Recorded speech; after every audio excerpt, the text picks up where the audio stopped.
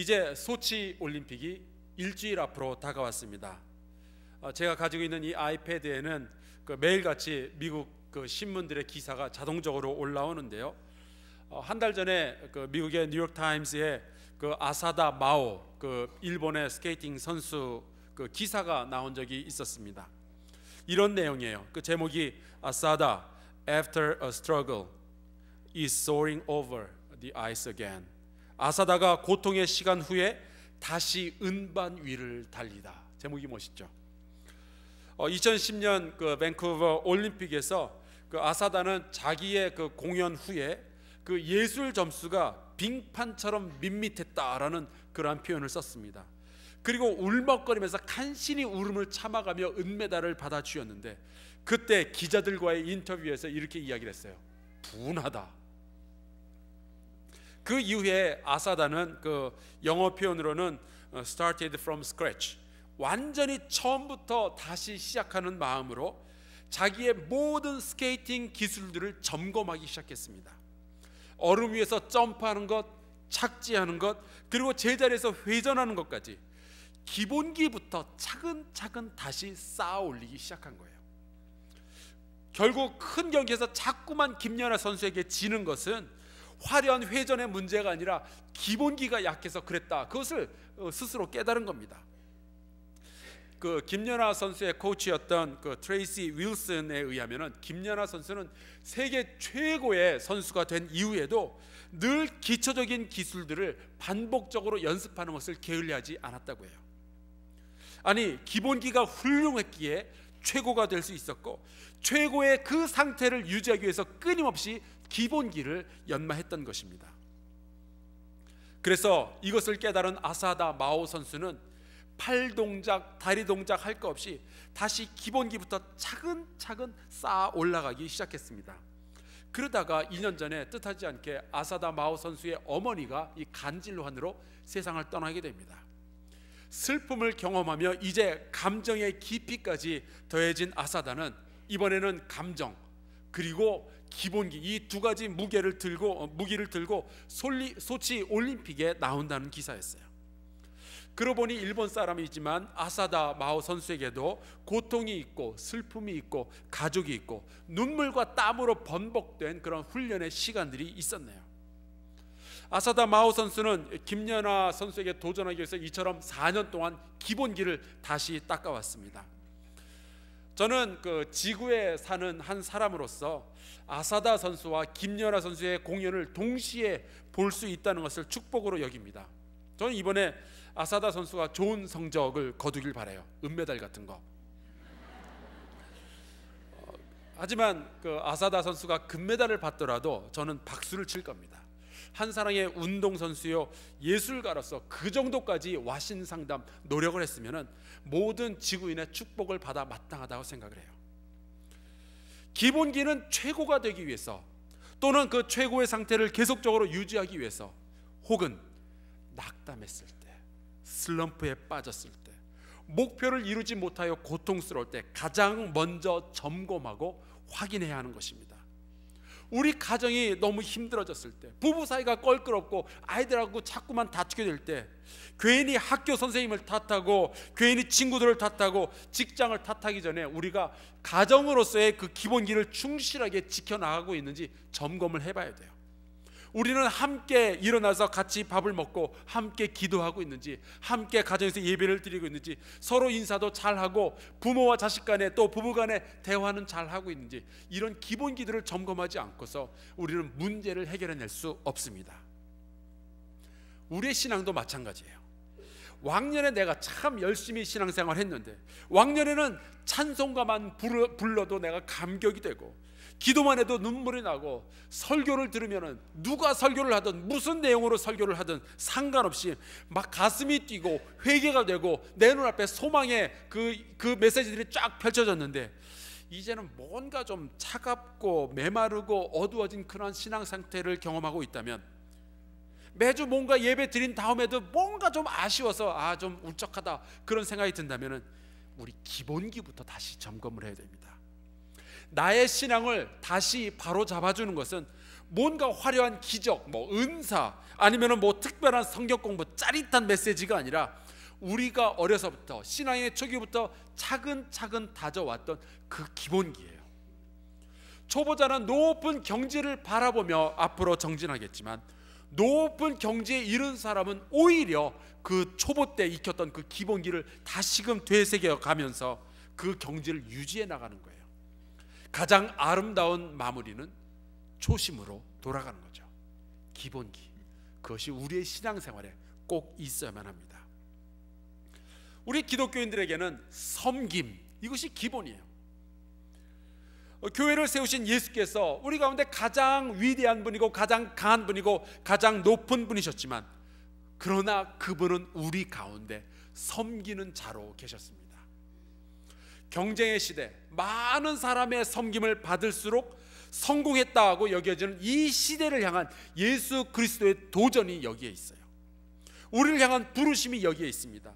예수님의 가르침을 따르는 우리 기독교인들은 얼마나 많은 사람들이 나를 섬기고 있는가, 거기에다가 성공의 척도를 세울 것이 아니라 내가 얼마나 많은 사람들을 섬기고 있는가, 그것으로 나의 성공을 가늠해 봐야 할 줄로 믿습니다.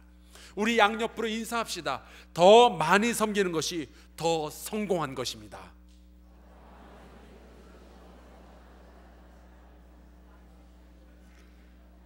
우리 다시 인사합시다. 섬기며 삽시다.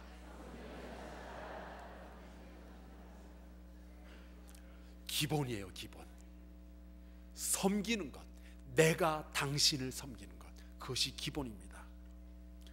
주님께서는 오늘 우리가 함께 읽은 이 본문 말씀을 통해서 우리에게 그 섬김의 모범을 보여주십니다. 유명한 이야기예요. 예수께서 제자들의 발을 씻기셨다. 지난주 여러분들 명절 잘 보내셨죠? 지금 여러분들 뵈니까 지난주에 비해서 턱선이 많이 부드러워진 것을 제가 느낍니다. 잘 드셨나 봐요. 저도 식구들 데리고 경기도 포천에 있는 저희 외삼촌 댁에 다녀왔습니다. 저희 외삼촌은 기독교 장로회 교회 목사셨고, 은퇴하신 뒤에 그 시골에 있는 작은 집에서 이 닭들을 아주 애지중지, 금이야 오기야, 이 닭들을 키우면서 사십니다. 거기서 저랑 같이 성장했던 그 제 사촌 동생네 식구들과 같이 시간을 좀 보냈습니다.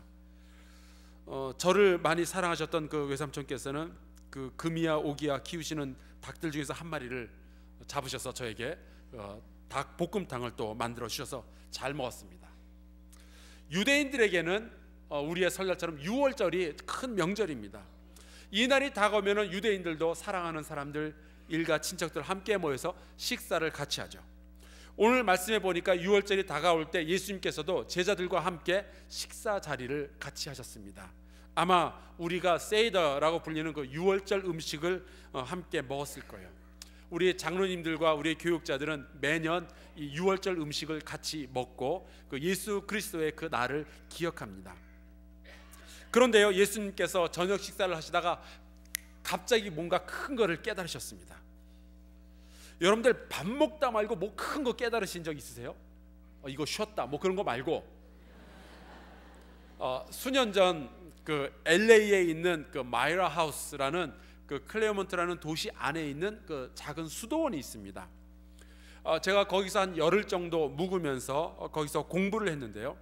일정을 다 마친 후에 그날 아침 저는 이제 비행기를 타고 제가 목회하고 있었던 그 오클라호마로 가기로 되어 있었습니다.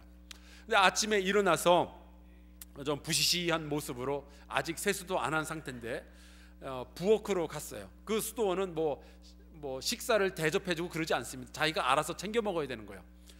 가서 이제 냉장고를 열고 우유를 꺼낸 다음에 시리얼을 한 박스 가지고 와서 그 식탁에 앉아서 식사를 하려고 그러는데, 그날따라 거기에서 저처럼 부시시한 모습의 어떤 미국 남자를 만났어요.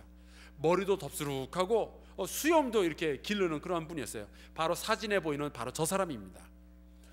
일단 통성명을 하고요, 우리가 같이 식사를 하는데 뭐 그래봤자 시리얼이지만 저분 이름이 필립 클레이턴이라는 분이라는 거예요. 어디서 들어봤는데 누구더라. 시리얼을 이제 먹다가 그러다가 갑자기 깨달았습니다. 전 숟갈 놓치는 줄 알았어요. 이 사람이 저 유명한 필립 클레이턴 박사인 거예요. 기독교와 과학이라는 주제로 세계 최고의 석학들 중에 하나입니다. 예일대학교, 하버드대학교, 캠브리지대학교 이런 곳에서 교수로 활약하던 바로 그 스타 교수가 바로 저 사람인 거예요. 이런 세계적인 학자와 처음으로 만났는데 전 세수도 안 하고 반바지 차림에 부엌에서 시리얼 먹다가 이 사람을 만난 거예요. 그나마 다행인 것은 저분도 머리 한쪽이 찍 눌린 상태로 저를 만났습니다. 이런 분하고 만나기가 어디 쉬운가요? 그래서 염치불구하고 만난 김에 이런저런 이야기를 나누었어요. 떡진 머리를 하고 두 남자가 하나님과 교회와 성경에 대한 아주 깊은 이야기들을 나누었습니다. 식사를 하면서 그런 이야기를 나누다가 또 갑자기 큰 거를 깨달았어요. 그날 아침 저는 비행기를 타고 오클라호마로 갔어야 되는 거예요. 시간을 보니까 이미 비행기 시간이 거의 다 됐어요. 이야기를 나누다 말고 대충 씻고서는 부랴부랴 짐 싸가지고 비행장으로 갔는데 이미 짐을 붙이기엔 너무 늦었더라고요. 그래서 비행기를 놓친 적이 있었습니다. 그런데요, 예수님께서 오늘 이 본문에 나오는 이야기에 보면은 식사를 하시다가 깨달은 것은 그렇게 우리가 인생을 살아가면서 소소하게 경험을 할 수 있는 그러한 깨달음이 아니었어요. 3절에 보니까 예수께서 깨달으신 건요, 아버지께서 모든 것을 자기 손에 맡기신 것, 그것을 깨달았다고 했어요. 헬라어 성경을 보면 판타라는 단어를 썼고요, 이 영어 성경을 보니까 everything이라는 단어를 썼어요. 그야말로 모든 것, 세상의 모든 것을 예수님의 손에 쥐어주신 거예요. 이거 어마어마한 말씀이에요. 제가 이렇게 말씀을 드리는데 여러분들이 아무도 놀라지 않아서 제가 좀 마음이 이상해요. 모든 것을 받았다는데 왜 안 놀라세요? 예, 놀라운 일이에요. 세상 모든 사람을 예수님 앞에 머리 숙이게 할 수 있는 거예요. 창조주신 하나님 아버지께서, 온 우주를 다스리시는 아버지께서 그 모든 것을 예수의 손에 주셨어요. 여러분, 100만의 군대를 가졌다고 해서 모든 것을 가진 것과 비교할 수 있겠어요? 권력을 가졌다고 해서 그것이 모든 것을 가진 건 아니잖아요. 권력을 가졌지만 사랑하는 이들도 없고 친구도 없고 평안도 없는 사람들이 얼마나 많이 있나요? 지난해 세계 최고의 부자는 저는 미국 사람인 줄 알았더니 멕시코 사람이더라고요. 카를로스 슬림이라는 전화회사 사장인데 이 사람이 가진 돈이 80조 원, 어마어마하죠. 그런데 그것도 모든 것하고는 비교할 수가 없어요. 이분은 올해 75세, 어마어마한 부자이지만, 어마어마한 돈을 가지고 있지만 건강을 지금 잃어가고 있잖아요. 모든 것을 가진 것과는 그 어떤 것도 비교할 수가 없습니다. 그 모든 것을 일순간에 손에 쥐게 된 그 주님께서는 이제 무엇을 하고 싶으실까요? 여러분 같으면 무엇을 하시겠어요? 모든 것을 가졌다면, 만약에 제가 이 모든 것을 가졌다면 저 같으면요, 오늘 일단 예배에 나오신 여러분 모두에게 1억 원씩 일단 다 나눠드리고요, 특별히 오늘 보니까 저희 교회 교인이 아니시지만 뭐 설을 쇠러 서울로 오셨다가 방문하신 분들이 계신 것 같은데 여러분들 주의 이름으로 환영하고 축복합니다. 특별히 여러분들한테는 2억 원씩 제가 드리고 싶어요. 입이 텁텁할 때 껌이나 사서 드시라고. 미국의 한 그 방송국에서 그 복권의 당첨자가 제일 먼저 하는 일이 무언가 그것을 조사해 봤더니 3가지가 있었는데, 첫 번째가 그 방송국 기자들이 왔을 때 저의 삶은 이 복권 때문에 달라지지 않습니다라는 이야기를 하는 게 첫 번째래요. 두 번째는 일단 세계 여행을 떠난답니다. 그래야 자기한테 돈 좀 꺼달라고 달려드는 모든 일가 친척들을 떼버리고 도망갈 수 있기 때문에. 그 다음에 세 번째가 비싼 고급 승용차를 산대요. 우리나라에서도 이걸 조사해놨더라고요. 우리나라에서는 복권에 당첨되면 첫 번째가 주택 마련, 그리고 두 번째가 가계빚 청산이래요. 여러분은 무엇을 하고 싶으신가요? 예수께서는요 식사하시다가 모든 것을 손에 쥐셨다는 것을 깨달으신 후 즉시로 하신 일이 있었어요. 오늘 말씀 4절과 5절에 나옵니다. 저녁 잡수시던 자리에서 일어나 겉옷을 벗고 수건을 가져다가 허리에 두르시고 이에 대야에 물을 떠서 제자들의 발을 씻으시고 그 두르신 수건으로 닦기를 시작하여. 이 세상 그 어느 누구도 상상해 보지 못했던 일을 주님께서 하시기 시작하십니다. 이제는 그 어느 누구라도 아무라도 불러다가 무슨 일이라도 시킬 수 있는 그 힘을 지니게 되었는데, 그 힘을 가지고 가장 먼저 한 일이 제자들의 발을 씻긴 일이에요. 이걸 도대체 어떻게 해석을 해야 될까요? 제자들도 당황스러웠어요. 다들 놀라서 아무 말도 하지 못했습니다. 그나마 베드로가 한마디 하죠. 여기서 이러시면 안 됩니다, 주님. 제자들이 봐도 예수께서 지금 하고 계신 그 일은 말도 되지 않는 일이에요. 하물며 이 세상의 모든 것을 가지시게 되었는데 있을 수가 없는 일이죠. 이 세상의 상식을 뒤집어 엎었습니다. 거기에다가 더 기가 막힌 건요, 지금 그 자리에는 마귀의 하수인이 같이 자리하고 있었어요. 바로 가룟 유다. 예수님을 팔아먹으려고 그 생각, 마귀로부터 준 그 생각을 가진 가룟 유다가 거기 있었는데요, 성경에 보니까 예수께서 유다의 발만큼은 씻지 아니하시니라, 그런 말씀이 없어요. 이 이야기는 그 가룟 유다의 발마저도 씻으신 거죠. 이건 또 어떻게 해석을 해야 되나요?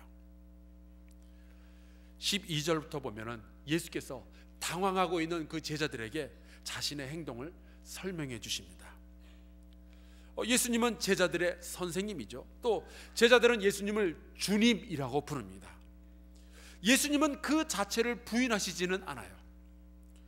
사람들 사이에는 높고 낮음이 있게 마련이고, 누군가는 강하고 누군가는 약한 것이 있게 마련입니다.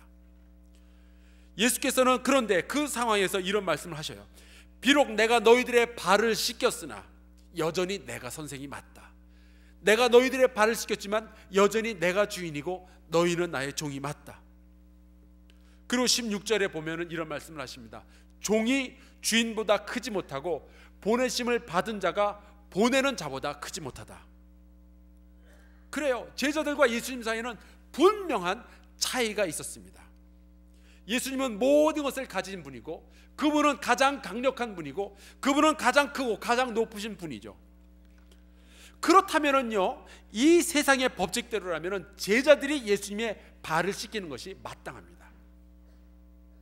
그런데 예수님은 정반대로 행동을 하셔요. 14절에 그리고 이렇게 말씀하십니다. 내가 주와 또는 선생이 되어 내가 너희보다 강하고 내가 너희보다 높고 내가 너희보다 모든 지식에서 앞서나 내가 너희 발을 씻었으니 너희도 서로 발을 씻어주는 것이 옳으니라. 그리고 그 제자들에게 이러한 약속을 주셔요. 너희가 이것을 행하면 복이 있으리라. 이 세상에서는 복이 있는 자들이라 일컬음을 받는 사람들은요, 남의 섬김을 다 받는 사람들이죠. 하지만 신앙인들에게는 다른 사람들을 섬기는 것이 복이 있다라는 말씀이에요. 이것이 신앙의 기본입니다. 이 기본이 잘 되지 않았을 경우에 사람들은 교회에 와서도 섬김을 자꾸만 받으려고 그래요. 내가 신앙생활을 이만큼 오래 했는데, 내가 직분이 이제 집사, 권사, 장로, 목사가 되었는데, 이 정도 내가 교회에 공을 세우고 있는데, 내가 이 정도 헌금을 하고 있는데, 내가 이 정도 봉사를 하고 있는데, 이제 사람들이 나를 좀 알아주고 나를 좀 섬겨줘야 되는데 은근히 사람들한테 압력을 행사하죠. 여러분, 그러는 가운데 우리가 교회를 조금씩 파괴하고 있다는 것을 우리는 잘 모르고 있어요. 왜 그렇죠? 섬김이 기본이기 때문에 그래요. 예수 그리스도께서 처음부터 우리 교회 색깔을 정해 주실 때 너희는 섬기는 자가 되도록 하여라, 내가 섬겼으니 너희도 섬겨라 하는 말씀을 주셨어요. 그것이 우리 교회의 처음 기본입니다. 이것을 무너뜨리고 있으니 우리는 섬김을 받으려 할 때 교회를 무너뜨리게 되는 거예요. 하지만 교회에서는요, 예수님의 가르침에 의하면은 큰 자가 작은 자를 섬기고 높은 자가 낮은 자를 섬기고 복 있는 자가 아직 복받지 못한 자를 섬기게 되어 있는 거예요.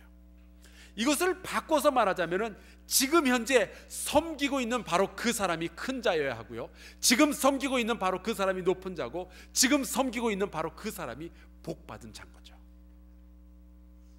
그래서 교회에서는 장로님들이 보통 가장 힘들고 굳은 일을 하게 됩니다. 우리 교회도 그렇고요.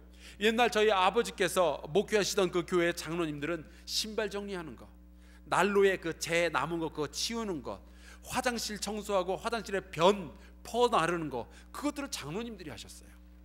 그게 전혀 이상하지 않았습니다.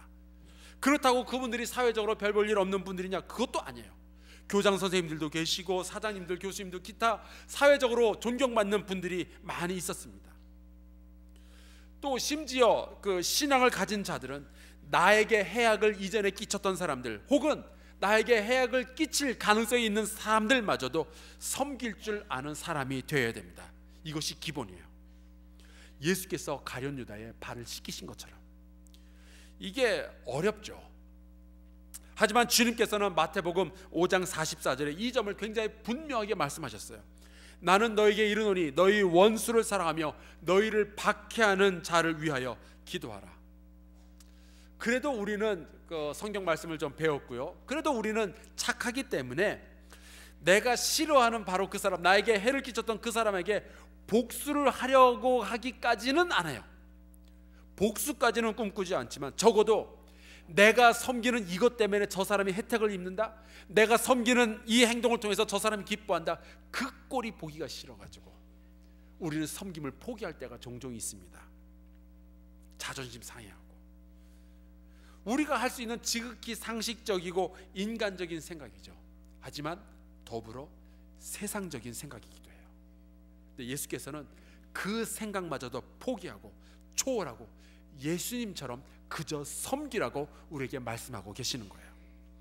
주님께서 가르쳐 주신 이 섬김의 기본기, 이 섬김의 도는요, 나의 이 섬김의 대상이 누구냐, 그것이 중요한 것이 아니라 내가 그저 예수님의 명령에 순종하고 섬기는가, 그것이 중요한 겁니다.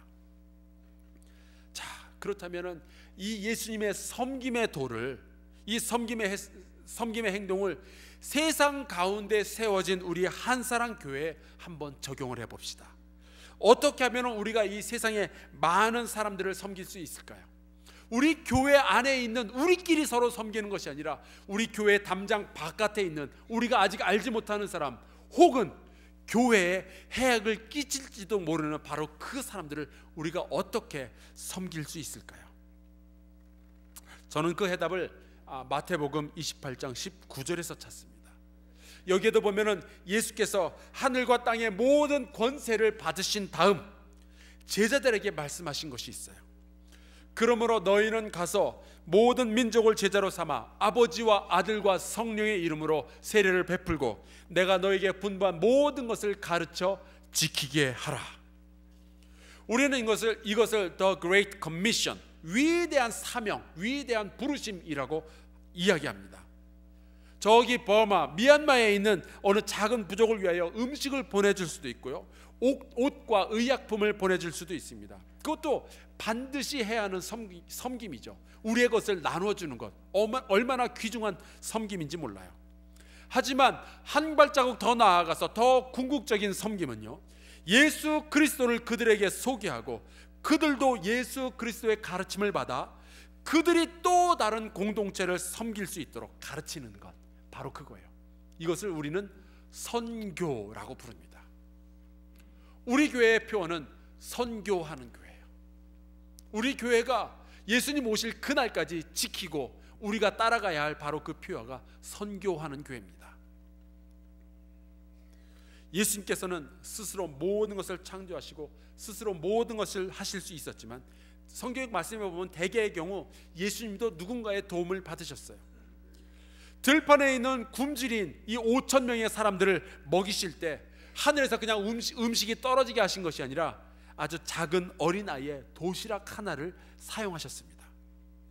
많은 사람들에게 설교하실 때 너무나도 사람들이 많으니까 그때 공중에 둥둥 떠가지고 설교하신 것이 아니라 베드로에게 부탁을 하셔서 이 베드로의 배 위에 올라가셔서 설교하셨습니다. 장님의 눈을 뜨게 하실 때 진흙을 사용하셨어요. 주님께서는 오늘날도 마찬가지 방식으로 일하십니다. 주님은 도구를 사용하셨어요. 이 도구, 주님께서는 도구를 사용하셔서 이 세상에서 선한 일들을 하시는데요, 제가 좋아하는 시들 가운데 지금으로부터 600년 전에 그 테레사 오브 아빌라, 테레사라는 그 신부가 아니죠. 테레사라는 그 수녀가 있었습니다. 이분이 쓴 그 시가 있는데 그 제목이 Christ has no body. 예수는 몸이 없다라는 제목의 시가 있습니다. 그 일부를 제가 말씀드릴게요. 그리스도께서는 몸이 없습니다. 그분은 단지 그대의 몸을 소유하셨을 뿐입니다. 그분은 손도 발도 없습니다. 단지 그대들의 손과 발을 소유하고 계실 뿐입니다. 그분은 그대가 가진 눈으로 이 세상을 향한 사랑을 보십니다. 그분은 그대가 가진 발로 선한 일을 하기 위해 걸어 다니십니다. 그분은 그대가 가진 손으로 온 세상을 축복하십니다. 그대가 손이고 발이며 눈입니다. 그대가 그분의 몸입니다. 우리는 예수 그리스도의 섬기는 사업, 예수의 몸된 교회의 선교 사업을 위해서 그분의 손과 발과 눈이 되어야 할 줄로 믿습니다. 그리하여 예수께서 제자들을 섬기셨던 것처럼 우리도 세상의 많은 사람들을 섬기고 우리의 것을 나누어 주어야 합니다. 그들의 필요를 채워주고 또 그들에게 예수님의 가르침을 전해 주어야 합니다. 국내에 있는 여러 사람들, 그리고 국외에 있는 많은 민족과 열방들에게 예수 그리스도의 사랑으로 전하고 그들을 섬겨야만 합니다. 예수님으로부터 시작된 그 가진 자가 못 가진 자를 섬기고 큰 자가 작은 자를 섬기는 이 섬김의 기본기, 이 교회의 기본기는 제자들에게 전수가 되었고요. 그 제자들로부터 초대 교회로 전수가 되었고요. 초대 교회로부터 안디옥과 데살로니가와 로마로, 그리고 전 세계로 이 그리스도의 제자들이 생겨나는 것마다 이 섬김의 기본기도 같이 퍼져나갔습니다. 그리고 그 섬김의 기본기를 배웠던 사람들 가운데 존 로스라는 영국의 선교사가 140년 전에 만주 땅으로 오게 됩니다. 이 사람은 어떻게 해서든 자기가 그리스도의 손과 발이 되어서 조선 사람들을 섬기길 원했어요. 예수께서 그 대야와 물과 수건을 사용해서 제자들을 섬기셨던 것처럼 자기 자신이 그리스도의 손에 들려진 대야와 물과 수건이 되어서 조선 사람들을 섬기기 원했어요. 그리고 그가 택한 방식이 바로 조선 사람들의 말로 성경을 번역해 주는 것이었습니다. 이 사람은 조선과 만주를 오가는 이 조선 상인들 가운데서 이응찬, 김진기, 서상윤, 백홍준, 이 사람들과 함께 한국말을 배워가면서 성경을 번역하기 시작했어요. 그런데 이 조선 사람들은 여전히 상인들이라 자기 이익을 위해서 일을 했고, 또 많은 사람들은 복음에 관심이 있기보다는 대신 이 영국 선교사가 입은 옷이라든지 저 사람이 쓴 이 안경이라든지 저 사람들이 사용하고 있는 이 펜이라든지 그런 물건들에 더 관심이 많았어요. 그래서 때로는 로스 선교사에게 상처를 주기도 하고 실망을 주기도 했습니다. 그럼에도 불구하고 이 로스 선교사는 제자들의 발을 씻기신 예수님을 기억하며 이 조선 사람들을 섬기고 사랑하고 오래 참으면서 그들을 위해서 하나님의 말씀을 번역해 주는 것을 멈추지 않았어요. 그래서 그 결과로 우리에게 주어진 것이 바로 예수 성교 전서입니다. 이 성경을 가지고 조선 사람들이 그리스도의 가르침, 특별히 섬김의 가르침을 배우기 시작했어요. 양반이 노비를 섬기는 일들을 배우기 시작했습니다. 많은 학문을 갖춘 자가 일자 무식쟁이들을 섬기는 일들을 배우기 시작했어요. 그 결과로 이 한국 땅 안에 놀라운 부흥의 역사가 시작이 된 거예요. 우리 교회 국내 선교부, 국외 선교부, 그리고 사회 봉사부에서는 이처럼 교회 밖에 있는 사람들, 그들을 섬기는 일들을 끊임없이 감당하고 있습니다. 전체적으로 따져보자면 저희 교회 예산의 거의 절반 이상을 이처럼 섬기는 일, 교회 바깥에 있는 사람들을 위해서 사용을 하고 있어요. 왜 그렇죠? 기본이니까. 왜 그렇죠? 주님께서 그리 하라고 하셨으니까. 왜 그러죠? 예수께서 그 본을 보여주셨으니까. 저희 교회에서는 예수께서 그 제자들을 섬기시고 로스 선교사가 조선을 섬겼던 것처럼 그와 같은 일을 또 다른 민족들에게 전해주길 원해요. 섬김으로, 또 그 섬김을 가르침으로. 그 한 예로 2년 전에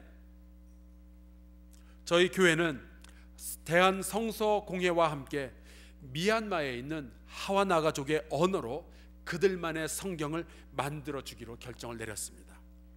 서울 목동에 있는 이 일개 교회가 미얀마에 있는 한 부족 전체에 그들의 언어로 그들만의 성경을 번역해 주기로 한 거예요. 창세기부터 계시록까지. 미얀마는 불교 국가고 종교의 자유가 없는 나라입니다. 성경 출판 자체가 불법이죠. 그래서 그 나라에 있는 한 작은 종족에게 3,000권의 그들의 언어로 번역된 성경을 전달해 주는 작업이 쉽지 않았습니다. 그러나 우리 교회는 끊임없이 기도하며 이 일을 진행시켜 왔고 이제 그 번역 작업이 거의 완성되었어요. 올해 말에 제가 미얀마로 날아가서 우리 선교부원들과 함께 날아가서 그 성경을 전달하는 아주 뜻깊은 행사를 진행하게 될 겁니다. 한사랑교회가 하는 이 섬김의 일, 그것으로 인해서 미얀마의 한 목사님이 우리에게 메시지를 전해왔습니다. 우리 한번 같이 보시겠습니다. A very warm and Christian greetings, Hansarang Church and the Pastor Huang. Thank you so much for helping the translation project of Hawanaga in Myanmar. I am Reverend Khoi Lam Thang, the General Secretary of the Bible Society of Myanmar. The Hawanagas, they live in the northern part of Myanmar, a very remote area. It is very difficult to reach that place. But today, I would say, your prayer, your financial support already reached there, and they are about to get the Holy Bible very soon. We expect that in 1 year, we will be able to dedicate Hawanaga Holy Bible.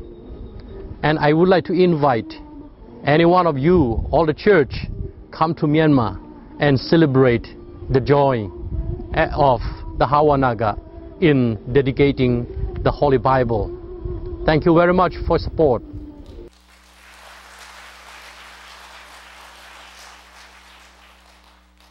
이제 몇 달 후면은 이 하와나가 족속은 자기네들의 역사 처음으로 자기네 말로 된 성경책을 손에 들고 예배를 드리게 될 겁니다. 우리 한사랑교회가 함께 열심으로 기도하며 섬긴 결과예요. 앞으로 언제일지는 모르지만 언젠가는 하와나가 족속의 누군가는 이 성경을 통해서, 이 한사랑교회의 섬김을 통해서 번역된 이 성경을 가지고 자기 족속들의 어린이들을 가르치게 될 거고, 예수 그리스도의 섬김과 한사랑교회의 섬김을 따라서 그들 역시 또 다른 부족과 또 다른 나라의 선교사를 파송해서 섬기는 일을 계속하게 될 것입니다. 그것을 예수께서 2000년 전에 꿈꾸셨고 우리는 그 예수님을 따라서 오늘도 계속해서 섬기는 일을 하고 있는 거예요. 그 예수께서 우리 한사랑교회와 우리 성도들을 통해서 섬김의 일을 계속 이어나가길 원하십니다. 나눔과 가르침의 사역을 통해 큰 자가 작은 자를 섬기고, 복 있는 자가 아직 복받지 못한 자를 섬기고, 강한 자가 약한 자를 섬기는 바로 그 하나님의 나라를 만들어가기를 원하십니다. 오늘 우리 함께 찬송가 213장을 부르며 그 섬김의 소원을 가지고 이 찬송가의 가사를 나의 기도의 제목으로 삼으며 주 앞으로 같이 나아갑시다.